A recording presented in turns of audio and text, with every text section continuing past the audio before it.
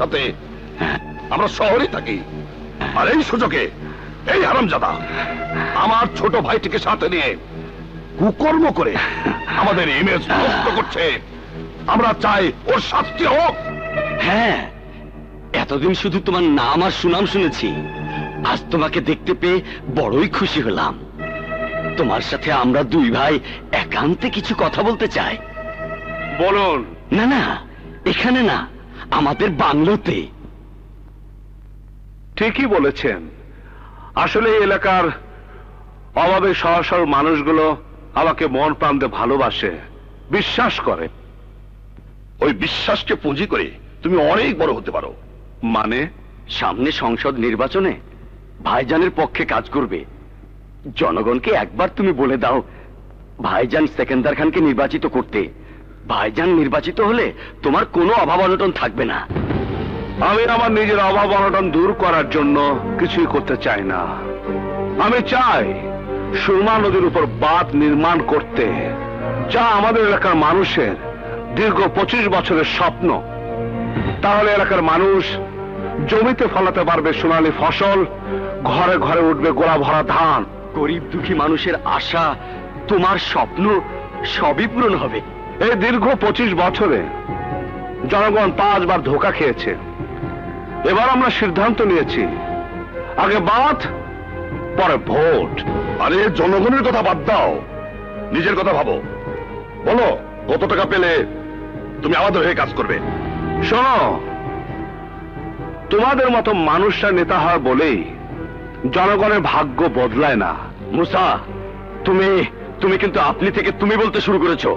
আসলে তোমরা আপনি বলার যোগ্য মানুষ নও। এই মুসা, মুখ সামনে কথা বল। এই বেটা, তোর কোন বাপ আছে যে নির্বাচনে জিতার আগে বাঁধ নির্মাণ করে দেবে? আমি অগ্নি মানব, ধ্বংস করে সকল দানব। আমি অন্যায়ের বিরুদ্ধে করি লড়াই। মনে রাখিস, আমি গরিবের ভাই। আমি মুসা, মুসা ভাই।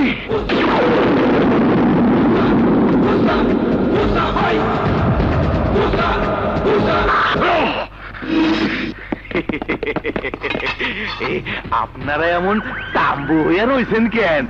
ওই পাগলা কুত্তায় কামড় টামড় দেয় নাই তো? আসর আছে আসর। বাঘের সাথে না পারলে বাঘের বাচ্চা ধরে আনতে হয়।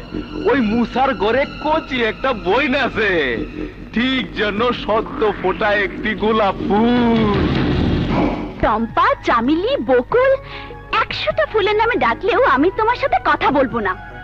হ্যাঁ, আমার অপরাধ? পারে আসামি নিজেও জানে না সে কি অপরাধ করেছে। আর দুদিন ধরে আমাকে মাউতার গান বাজিয়ে ঘুম পাড়াওনি, এটাই তোমার অপরাধ। ও বুঝেছি। আচ্ছা, তুই কি এখনো ছোট আছিস যে তোকে প্রতিদিন মাও তর্কন বাজিয়ে ঘুম পাড়াতে হবে? কি বললে ভাইয়া? আমি বড় হয়ে গেছি? এটা একদম ঠিক বলনি ভাইয়া। আজ তুমি মন দিয়ে শুনে রাখো, তোমার কাছে আমি মৃত্যু পর্যন্ত ছোট্ট হয়েই থাকবো। তুমি যদি মাউতার গান না বাজাও তাহলে আমি আজ থেকে আর কখনো ঘুমাবো না। আচ্ছা বাবা, ঠিক আছে, বাজাচ্ছি।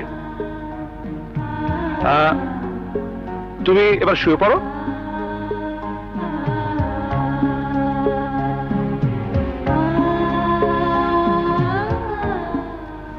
ঘুমাও ঘুমাও।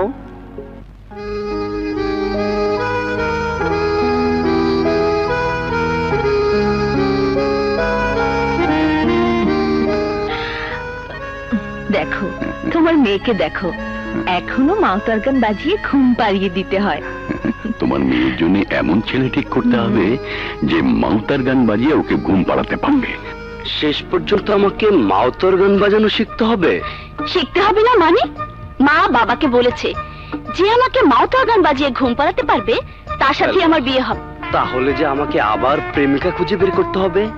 মানে নতুন করে প্রেম করতে হবে না? তোমার ভরসা থাকলে তো চিরকুমার থাকতে হবে, মাউতার গান বাজাতেও পারবো না, আর তোমার সাথে বিয়েও হবে না। মাউতার গান বাজানো শিখতে পারবে না, কিন্তু নতুন প্রেমিকা কাছে প্রেম করতে পারবে না? দেখাচ্ছি মজা।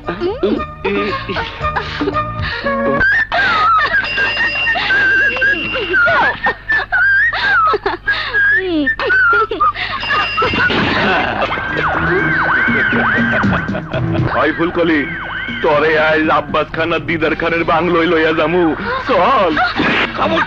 তুমি সেই তো না জামাই বাবু, বাড়িতে যাও গা, ফুলকলিরে আমরা সময় মতো পৌঁছাইয়া দিব।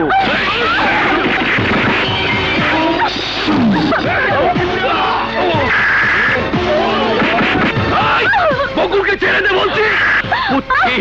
জামাই বাবুর একটু কাবু করতে হইব।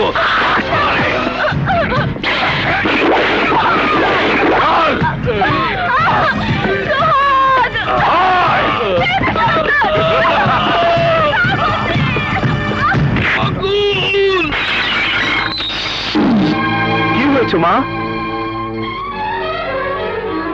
আমার বুকের ভেতরটা হঠাৎ কেমন যেন মোচড় দিয়ে উঠলো।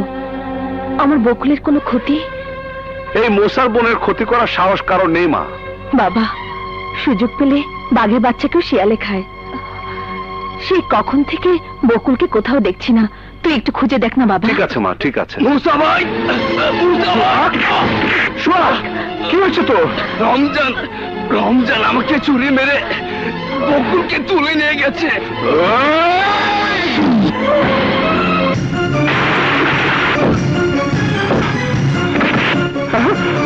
বকুল! Bakul! Bakul! Doctor! Doctor! Doctor! Doctor! Doctor! কি হয়েছে? ডাক্তার! ডাক্তার, আমার বোনকে বাঁচান। আপনারা সবাই বাইরে যান, আমি থাকতে ওর কিচ্ছু হবে না। যান, দেখছি।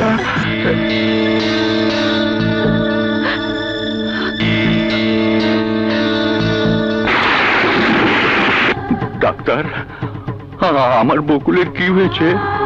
কিছু মানুষরূপী জানোয়ার আপনার বকুলের সর্বনাশ করেছে।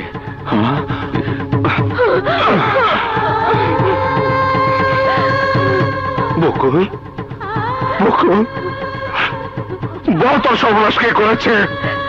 বল, বল বকুল। ভাইয়া, খান বংশের লোকেরা আমার সর্বনাশ করেছে। খান বংশ?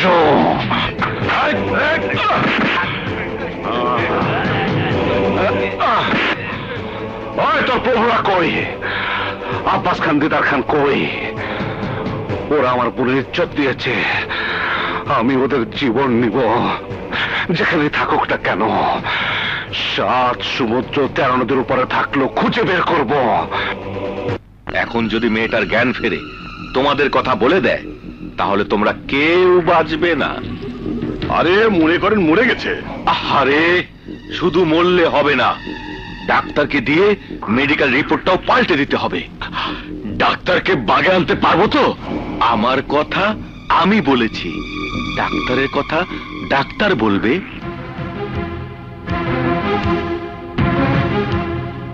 জলদি ওষুধটা নিয়ে আসুন। জি জি জি। বাবা, বকুলের কি অবস্থা? ভালো না, ডাক্তার এই ওষুধগুলো আনতে বললো। আমি আনছি, তুমি বকুলের কাছে যাও। যাও বাবা। আচ্ছা আচ্ছা।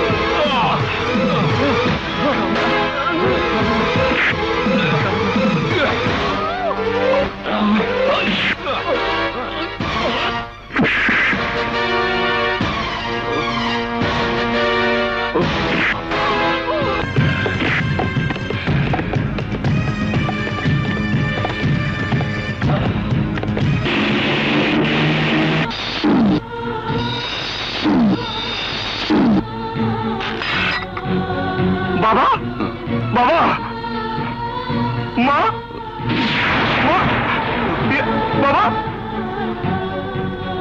বকুল, বকুল, বকুল, বকুল, বকুল, বকুল, কথা বল।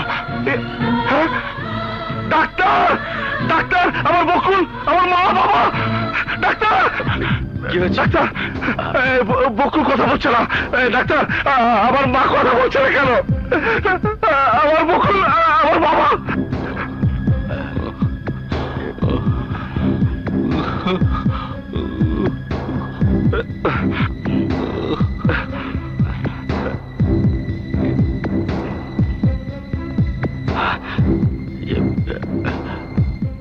মুসা, তোমার মা আর বোন বেঁচে নেই। এই, তোমরা ওনাকে জরুরি কেবিনে নিয়ে যাও। জি স্যার। ডাক্তার ডাক্তার তুমি তুমি তুমি বকুলকে ডাকো না ও ও ও নিশ্চয় উঠবে ডাক্তার তোমার মা আর তোমার ছোট বোন চিরদিনের মতো ঘুমিয়ে গেছে। না না ডাক্তার তুমি মিথ্যে কথা বলছো এখনো এখনো রাত হয়নি এখনো তো আমি মা তরকারের সুর শুনাইনি বকুল ঘুমাবে কেমন করে ডাক্তার বকুল আমার মা তরকারের সুর না শুনে ঘুমাতে পারে না ঘুমাতে পারে না ঘুমাতে পারে না এই এই বকুল ও বকুল তুই ঘুমাবি আমাকে বলবি না আমি তোকে মাও তরকারের সুর শোনাতাম বকুল আমি মাও তরকারের সুর কাল থেকে কাকে শোনাবো কাকে কাকে শোনাবো কাকে আমি কাকে শোনাবো আমি মা তরকার বাজাবো আমি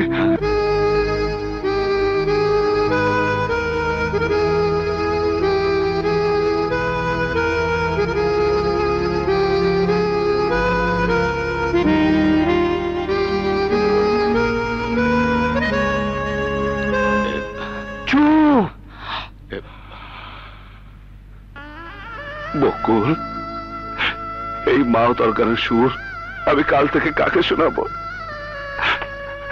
কাকে সুর শুনে ঘুম পাড়িয়ে দিব বল বকুল বল বকুল বল বকুল বল বকুল তোকে যে মেরেছে মাকে যে মেরেছে আমি আমি ওদেরকে ছাড়বো না খুন করে ফেলবো খুন তাহলে কিন্তু সে অপরাধে তোমারও ফাঁসি হয়ে যাবে। আমার ফাঁসি আমার ফাঁসি হোক আর যাই হোক আমি খুন করবই। তোর বাবার কথা ভাবো, তুমি অপরাধী হয়ে গেলে ওই মানুষটাকে দেখবে কি? তাই বলছি আইন নিজের হাতে তুলে না নিয়ে অন্তত একবার চেষ্টা করে দেখো।